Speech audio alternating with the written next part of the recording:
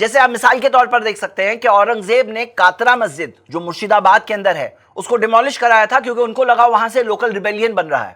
یا گولکوندہ فورٹ کے اندر جو مسجد تھی اس کو بھی ڈیمولش کرایا تھا کیونکہ ان کو لگا کہ قطب شاہی جو رولرز ہیں وہ اسے ڈیفنس کے لیے استعمال کر رہے ہیں. جب یہ لوگ محمود غزنوی کے اٹیکس کا ذکر کرتے ہیں تو یہ کیوں نہیں بتاتے ہیں کہ یہاں سے ان کے فادر سبکتگین کے ٹائم پر جو انڈیا کے بادشاہوں نے، آپ دیکھ سکتے ہو الائنسز کے ساتھ انڈیا کے بادشاہوں نے جا کر کے افغانستان کے اندر وہاں پر ان کے ساتھ میں جنگیں لڑی تھی، پھر اس کے بعد میں وہاں سے بعد سلسلہ شروع ہوا اور محمود غزنوی پھر یہاں تک آئے. مطلب سلیکٹیو ہسٹری بتانے سے بہت ساری نفرتیں پیدا کی جاتی ہیں.